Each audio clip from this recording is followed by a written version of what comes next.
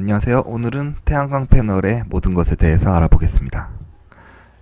목적은 내가 구매하고자 장착하고자 하는 패널이 과연 몇 암페어나 생산할지 계산해보는 방법을 익히겠습니다. 자, 먼저 태양광 원리입니다. 일단 글자를 한번 읽어보겠습니다. 금속의 광전 효과에 의해 전자를 배터리로 보내서 전기를 만든다. 사실 조금 엄밀히 말하면 조금 다르지만 이해하기 쉽도록 최대한 글자를 단순화했습니다. 조금만 깊이 들어가 보겠습니다. 태양광은 이 P형, N형이라는 다이오드입니다. 반도체 다이오드에 전자와 전공을 생성해서 전자가 이동하면서 전기를 만들게 됩니다. 조금만 더 들어가 보면 여기 P형에 있는 전자가 N형으로 이동되고 전공이 P형으로 이동됩니다. 빛이 금속에 들어가면 광전 효과 때문에 전자가 생성된다 라는 게 이제 광전 효과고요. 그렇게 생성된 전자가 P형, N형 다이오드를 통해서 자유롭게 이동하는 것이 아니라 어떤 방향성을 만들어주고 그 방향성에 의해서 전자가 이동하면서 전기를 축적하게 됩니다. 사실 이 부분을 이제 깊이 들어가면 학교에서 저는 한 2년 정도 배웠는데 한 학기 동안 공부를 해도 저도 아직 잘 이해를 못했습니다. 그러니까 우리는 딱 알아야 할 것만 알면 되니까 넘어가도록 하겠습니다. 자, 조금 들어가 보면 이제 공핍이라고 부르는 그 반도체 용어인데요. 태양광 셀 특성의 공핍 전압이라는 게 있습니다. 여기서 보시면 요 그래프를 보시면 요 그래프가 굉장히 중요합니다.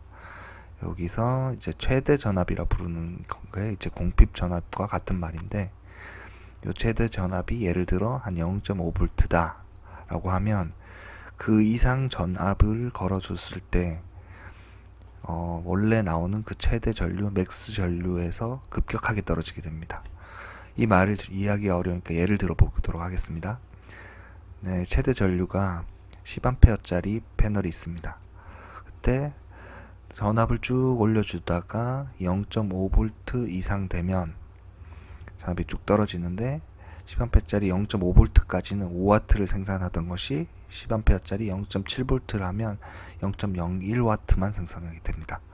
그래서 이 그래프를 설명드린 이유가 우리가 패널의 뒤에 이제 스펙시트를 보시면 그림이 잘 조금 깨끗하진 않은데요.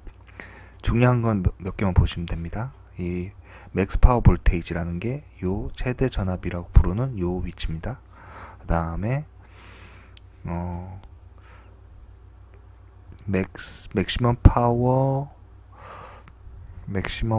오픈 서킷 볼테이지가 요 위치고요. 그 다음에 맥스 파워 커런트라는 게 요 최대 전류 요 위치입니다.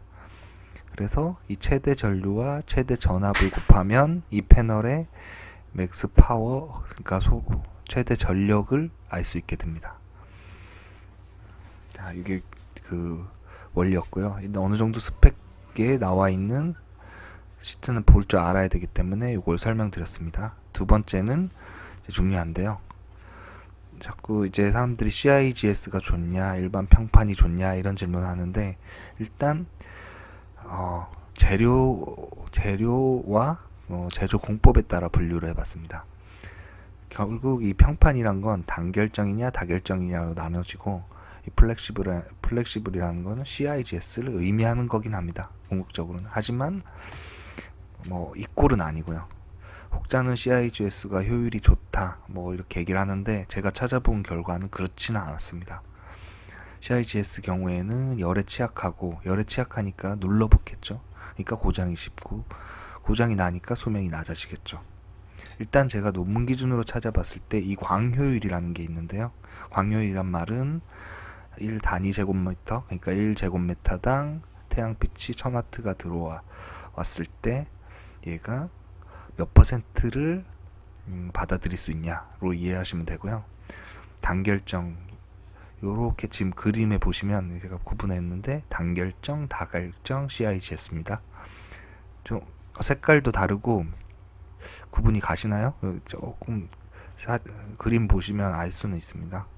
단결정이 한 23에서 25%, 다결정이 21에서 23%, CIGS는 15%에서 17%. 근데 최근에 찾아본 논문에 보니까 최근에 상용화된 CIGS 중에는 20% 가까이 하는 것도 있었습니다. 자, 여기서 이 퍼센테이지가 2%, 뭐 3%, 5%까지 차이 나는데 이 퍼센테이지가 큰 값은 아닙니다. 이 수치로 비교했을 때 1000W의 빛이 들어왔을 때 250W를 생성하느냐 아니면 200W를 생성하느냐 150W를 생성하느냐 이 정도의 수치인데 가격 차이는 꽤 나기 때문에 저는 요 단결정 패널을 추천드릴 것 같습니다. 자, 그래서 하드 타입이 좋냐 플렉시블 타입이 좋냐 라고 했을 때 저는 하드 타입을 선택할 것 같습니다. 왜냐하면 안정성이나 수명이 보장이 돼 있고 제일 먼저 나온 거기 때문에, 그리고 효율이 CIGS 플렉시블보다는 조금 높습니다. 다 플렉시블은 대신 테이프로 그냥 붙이면 되는 형태이기 때문에 설치가 쉽습니다. 그리고 가볍습니다.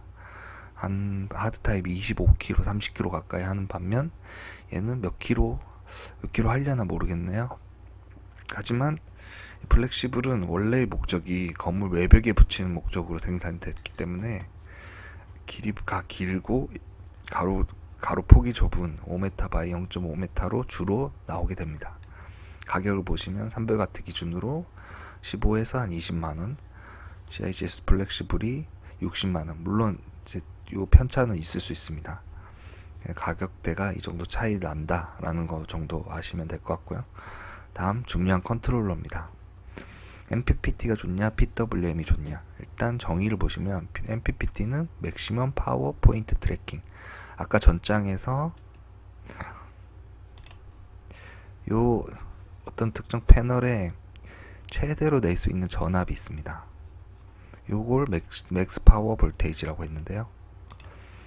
이 MPPT는 맥시멈 파워 포인트 트래킹, 최적인 전압을 맞춰가지고 배터리의 최적 전류로 알아서 뭐 인공지능으로 맞춰준다 라고 생각하시면 될 것 같습니다.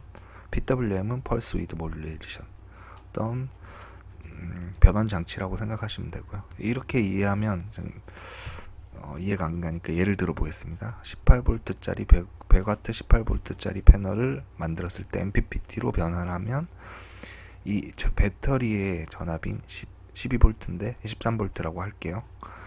100W를 13V로 나눠줘서 7.6A가 생산이 됩니다. PWM은 동일 패널을 배터리의 전압이 아닌 이 패널의 전압으로 나눠줘서 5.5A 정도가 됩니다. 요 차이가 크지 않지 않냐라고 했을 때 이제 요거 시간당 8A, 시간당 5A 정도인데 요 차이가 와트 수가 커지거나 시간이 길어지거나 할 때 차이가 좀 날 수 있습니다. 그거는 여러분들이 지금 PWM을 사용했을 때 아웃풋 전압을 측정한 다음에 아까 그 태양광의 맥스 파워 볼테이지 전압하고 비교를 해보시면 좋을 것 같습니다. 그 맥스 파워 볼테이지를 배터리 전압으로 나눈 요 값하고 직접 아웃풋 전압으로 체크했을 때 한 70-80% 정도 수준이면은 저 같으면 그냥 사용할 것 같습니다. 다음은 많은 분들이 좀 놓치고 있는 부분인데요. 일조량이 있습니다. 태양광 패널은 태양이 정오에서 이렇게 비칠 때 우리 캠핑카에 얹어진 태양광 패널은 이렇게 평평하게 누워 있죠. 요럴 때 가장 최적이 되는데 일반적으로 해는 동쪽에서 서쪽으로 이렇게 뜨기 때문에 요 시간이 얼마 되지 않습니다. 그리고 또 하나 생각해야 할 게 남중고도라는 게 있습니다. 우리가 고등학교 과학 시간에 배운 남중고도인데요. 계산하는 방법은 현재 내가 있는 위도에다가 계절별로 적위라고 부르는 이 값을 더해 주시면 남중고도 값이 계산되게 됩니다. 여름에는 거의 정중앙에서 뜨게 되고 겨울에는 이쪽에서 이렇게 뜨게 됩니다. 그러니까 내가 있는 위치에서 이 각이 생기는 거죠. 네, 이게 또 복잡하니까 수치만 보시면 여름에는 15도 정도로 해주는 게 가장 좋습니다. 다음에 봄, 가을에는 40도로 살짝 세워주시고 겨울에는 65도로 가까이 이렇게 세워줘야 이 태양과 패널이 수직 방향으로 정확히 맞춰주게 됩니다. 그래서 어떤 경우에는 이 패널을 세웠다 내렸다 할 수 있는 모터와 그리고 태양빛을 센싱하는 센서를 트래커 시스템이라고 하는데 이걸 장착하기도 합니다. 만약 한 2억짜리 캠핑카를 만든다고 했을 때 이런 것도 장착해서 최적의 효율을 내는 것도 방법일 수 있겠죠. 자, 그러면 우리가 원래 하고자 했던 목적, 하루 충전량을 한번 계산해 보겠습니다. 이 패널은 네이버에 쳤을 때 제일 첫 번째 나오는 패널을 아무거나 가져왔고요. 그게 적혀 있는 걸 보면 단결정 310W. 우리가 봐야 할 것만 밑줄 한번 쳐보겠습니다. 여기 업체에서는 얘가 전력이 310W라고 했습니다. 그 다음에 우리가 봐야 할 건 맥스 파워 볼테이지, 그 다음에 가로 세로 길이. 이 정도 보시면 내가 이 업체에서 적혀 있는 파워가 진짜 실제로 이 정도 나오느냐를 한번 계산해 볼 수 있습니다. 첫 번째 출력을 한번 계산해 보겠습니다. 단결정이라고 했으니까 아까 한 23에서 25라고 했지만 그냥 계산하기 편하게 효율을 20%로 가정하겠습니다. 그러면 1000W당 단위 면적당 1000W가 20%만 생산되니까 1제곱미터당 200W가 생산되는 거죠. 근데 여기 가로 세로 길이가 1.6m에 1m 정도라고 했으니까 1.6 곱하기 1m 곱하기 200W를 하면 정확히 딱 310W로 느껴지게 됩니다. 이 패널은 그래도 어느 정도 양심 있게 기입한 것 같습니다. 그 다음 충전 전류를 한번 계산해 보겠습니다. 이 310W가 진짜 맞다고 하면 이 310W를 아까 맥스 파워 볼테이지 최대 출력 전압으로 나눠주시면 시간당 9.4A가 지키게 됩니다. 그런데 이 9.4A가 실제로 1시간에 진짜 충전이 되느냐?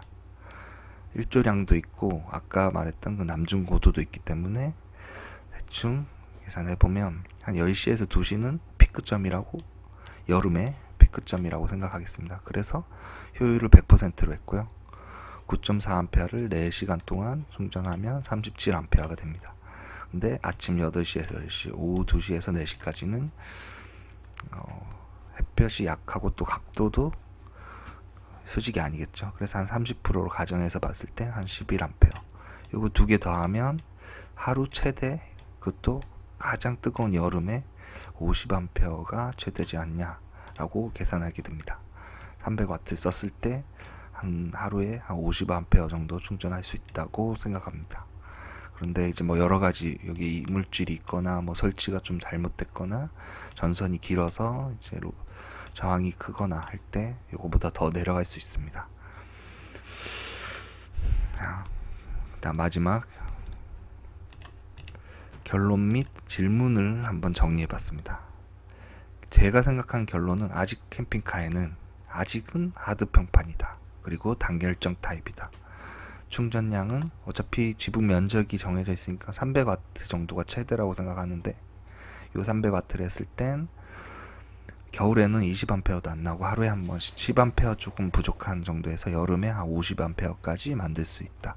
컨트롤러는 이 컨트롤러가 뭐 배터리만큼 엄청 비싼 게 아니니까 MPPT를 다는 걸 추천한다. 자, 그 다음 질문입니다. 태양광 패널은 24V인데 우리 차에는 12V 캠핑카 배터리가 설치되어 있는데 써도 되냐라고 했을 때 판매업자는 안 된다라고 할 겁니다. 12V 시스템에는 12V 패널을 써라. 그런데 정답, 제가 생각하는 결론은 전혀 패널의 볼테이지와 그 배터리 시스템 간 볼테이지가 전혀 상관이 없다라고 생각합니다. 왜냐하면 그래서 이 컨트롤러가 있는 겁니다. 이 볼테이지를 변환해서 배터리에 충전을 해주기 때문에 전혀 제 생각엔 상관없습니다. 그런데 다만 태양광 패널은 12V인데 캠핑카 시스템이 24V다. 낮은 거에서 높은 걸로는 흐르지 않습니다. 그렇기 때문에 충전이 안 됩니다. 자, 그래서 충전이 얼마나 되냐? 실제 테스트를 해본 사람들의 얘기를 들어보면 이론치는 이 정도 나오지만 300W를 하루 종일 놔뒀을 때 15A 정도 충전이 된다. 이걸 위해서 진짜 그 패널을 사고 MPPT를 장착하고 배선을 해야 되냐? 이거는 여러분들이 결정하시면 될 것 같습니다. 그 수명은 얼마나 되냐? 하드 평판 타입 같은 경우에는 10년 가까이 쓰는 것도 봤었고요. 플렉시블 같은 경우에는 1, 2년 내에 눌러붙어서 못 쓰는 경우도 봤습니다. 그래서 뭐 전체적으로 에버리지 치면 한 5년 정도지 않나라고 생각합니다. 관리를 할 때 뭐 잘 닦아주고 설치하는 구조가 열 배출을 잘할 수 있게끔 뭐 가로바에 얹은다든가 그런 형태로 했을 때는 좀 더 길어질 수 있을 것 같습니다. 네, 이상 태양광 패널의 모든 것을 한번 정리해 봤는데요. 지금 궁금한 사항은 댓글로 남겨주시기 바랍니다. 감사합니다.